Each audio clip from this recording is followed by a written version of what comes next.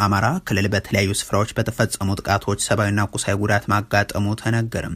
ጄኔራሉ የሀገሪቱ የጸጥታ ችግሮች የተወሳሰቡ ሆኗል ሲሉ ገልጿል። የውጊያ ቀጠና በተደረገው የአማራ ክልል የበዓል ዕለትን ጨምሮ ባለፉት 2 ቀናት በተነጻጻሪነት የተሻለ ሁነትና ውጊያዎችም የቀነሱበት አዝማሚያ ተመዝግቧል። እንዲያም ሆኖ በአንዳንድ ስፍራዎች የተፈጸሙ ድንገተኛ ጥቃቶች ሰብአዊና ቁሳዊ ጉዳቶች እንዲያጋጥሙ ምክንያት ሆኗል። በቀዳሚነት የሚጠቀሰው ደግሞ በሰሜን ወሎ ዞን በላሊበላና ጋሸና መንገድ የደረሰው ሲሆን የፋኖ ኃይሎች በጉዞ ላይ የነበሩ የመንግስት ወታደሮች ላይ ጥቃት አድርሰው ጉዳት አጋጥሟል። ድብኮ ተብሎ በሚጠራ አካባቢ የተፈጸመ ይህንን የደፈጣ ጥቃት ተከትሎ በደርዘን የሚቆጠሩ ሳይገደሉና ሳይጎዱ እንዳልቀሩ መረጃዎች ያመለክታሉ። ሌላኛው ተመሳሳይ ጥቃት የተመዘገበው ደግሞ በባህር ዳርና ጎንደርን በሚያገናኘው መንገድ ላይ ነው። በማዕከላዊ ጎንደር ሊቦ ከምከም ጣራ ገዳም ተብሎ በሚጠራው ስፍራ አካባቢ የተኩስ ልውውጥ መደረጉ ሲታወቅ ያጋጠመው ሰብአዊና ቁሳዊ ጉዳት ግን በውል አልታወቀም። ትናንት ምሽት ደግሞ በምስራቅ ጎጃም ዞን መቀመጫ ደብረ ማርቆስ ከተማ መውጫ ጎተራ ተብሎ በሚጠራ አካባቢ በመንቀሳቀስ ላይ በነበሩ የአድማ ብተና አባላት ላይ የቦምብ ጥቃት አጋጥሟል።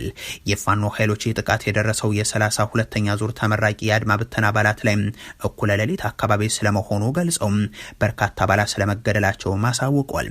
በዚህ ጥቃት የመንግስት የጸጥታ ኃይሎች አመራሮች ጭምር መገደላቸውን በማከል በጥቅሉ በክልሉም ይሁን በሀገሪቱ የተለያዩ አካባቢዎች በየቀበሌዎቹ ገብቶም ከሀገሪቱ ወጣቶች ጋር እየተዋጋ ይቀጥል ዘንድ የተገደደው የመከላከያ ሰራዊቱና የክልል የጸጥታ ኃይሎች በእነዚህ ድንገተኛ ጥቃቶች ደጋግመው ሰለባዎች ሆኗል።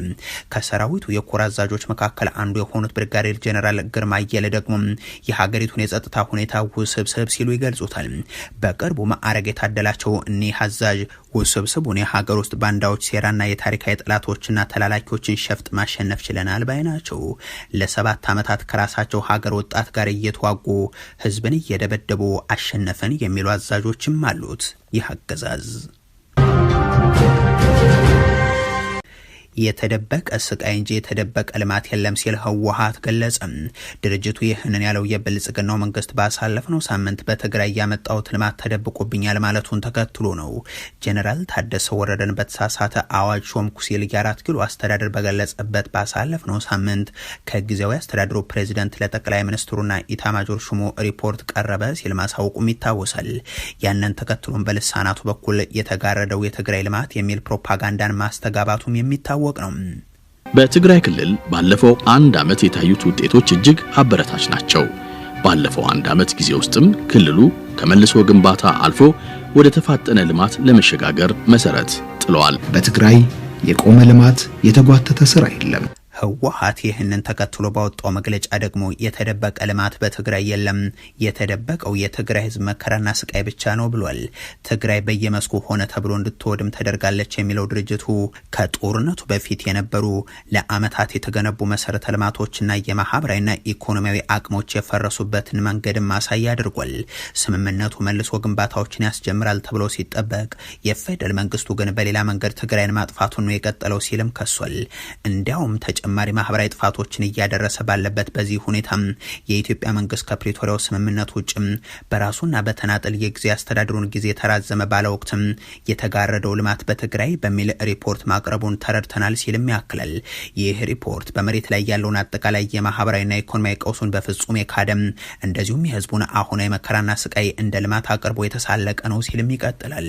መሬት ላይ ያለውና የኢትዮጵያ ህዝብም ሊያውቁ የሚገባው ሀቅ ግን የትግራይ ህዝብ አሁን በቃላት ሊገለጽ የማይችል የሞት መከራና ስቃይ ሁኔታ ውስጥ እንዳለ ነው ብሏል ህወሓት። ትምህርት ቤቶች ፈርሰዋል። ተጠግነው የጀመሩትን በበጀትና ደሞዝ ክልከላው ምክንያት ስራ እያቆሙ ነው። የጤና ተቋማት ወድመዋል። የነበሩትን በተመሳሳይ ምክንያት አገልግሎታቸው በእጅጉ ተስተጓጉሏል። ቀድሞ ከፍተኛ ደረጃ ላይ ደርሶ የነበረው የጤና ስርዓት አሁን ወደ ኋላ ተመልሷል። በቀላሉ መዳን የሚችሉ ዜጎችም ለህልፈተ ህይወት እየተዳረጉ ነውም ይላል።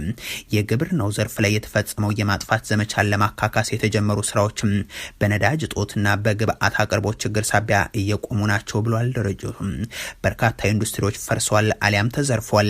ከፕሪቶሪያው ስምምነት በኋላ የተመለሱ ጥቂት ተቋማት እንኳን በአቅርቦት እጥረት በብድርና ነዳጅ ምክንያትም ዳግመኛ እንደተዘጉ ናቸው። በአጠቃላይ የብልጽግናው መንግስት እቅድ የትግራይን ህዝብ በኢኮኖሚ ማዳከም፣ መሰረቱን ማፍረስና በመጨረሻም በጦርነት ማጥፋት ነው። ህዝቡ ግን ህልውናውን ለማስጠበቅ አሁንም እየታገለ ነው። እናም በትግራይ የተደበቀ ስቃይ እንጂ የተደበቀ ልማት የለም በማለት ደምድሟል። ተላላኪ የብልጽግና አገልጋዮች ሌሎችን የውጭ ተላላኪ እያሉ ነው ሲሉ የፓርቲው ፕሬዝደንት ገለጹ። በቀጣይ ወራት የሚደረገው የዜጎች የትግል ተሳትፎ በሀገሪቱ ህልውና ላይ ወሳኝ ምዕራፍ ነው ሲሉም ተናግሯል። ብልጽግና የተቃወመውን ሁሉ ተላላኪና የግብጽና የሻዕቢያ አጀንዳ ተሸካሚ ወዘተ እያለ ሲከስ መስማት የሰርክ ተግባሩ ካደረገው ሰነባብቷል። ከግብጽ ግማሽ ሚሊዮን ዶላር ተቀብዬም ኢትዮጵያ ላይ ዘምቻለሁ የሚሉ ሚኒስትር ያሉት ይህ አገዛዝ ለኢትዮጵያ ጠላቶች ስለመላላክ ሲናገር መስማት ፌዝ የሚሆነውም ለዚህ ነው። ለሻዕቢያ መላላክ ብቻ ሳይሆን በገዛ ሀገሩ ላይ ይህንን ጦር አስገብቶም የኢሳያስ ወታደርንም ከአዲግራት እስከ እብናት አሰማርቶም ኢትዮጵያውያንን ያስገደለ ለዘረፋና ለመደፈር የዳረገ ስርዓት ሌሎችን ተላላኪ ስል ለማያውቁሽ ታጠኝ የሚያስብለውም ለዚህ ይመስላል።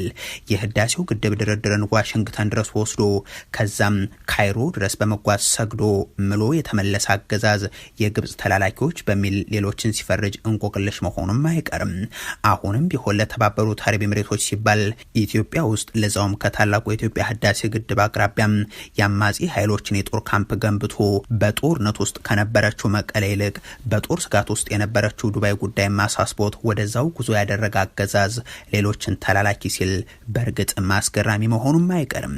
የብልጽግናው ምርጫን ለመሳተፍ ከወሰኑ ፓርቲዎች መካከል አንዱ የሆነው ትብብር ለኢትዮጵያ አንድነት አካል የሆነው ኢሃፓ ፕሬዝደንት አብርሃም ሃይማኖትም ተላላኪው የብልጽግና ፓርቲ እኛን ተላላኪ ለማለት ሞራል የለውም ሲሉ ያስረዳሉ።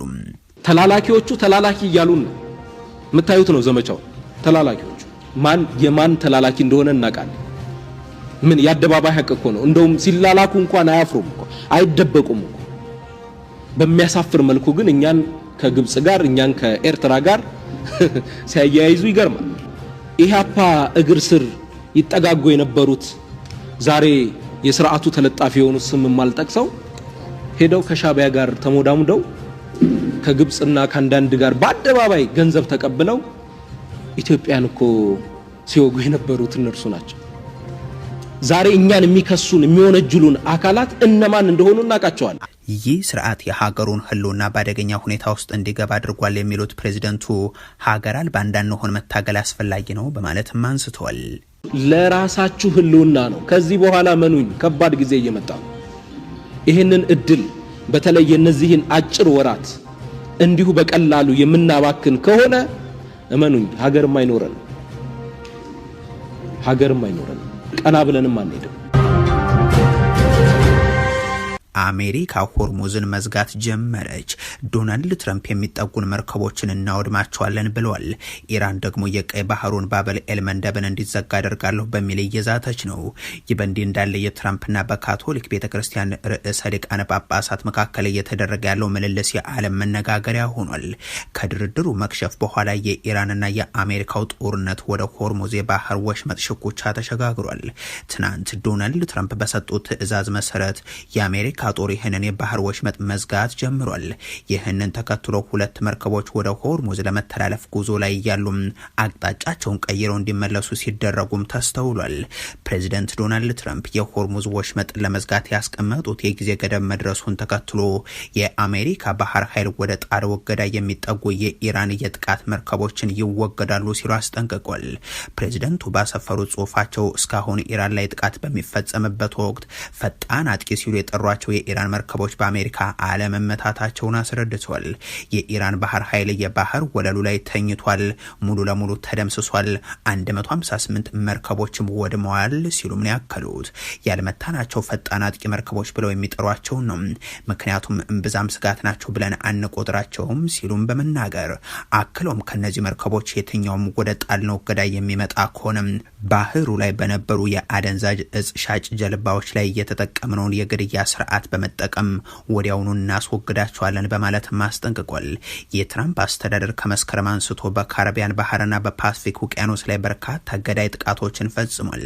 በእነዚህ ጥቃቶችም አደንዛዥ እጽ አዘዋዋሪ ናቸው የተባሉ 130 ሰዎች መገደላቸው ይታወሳል።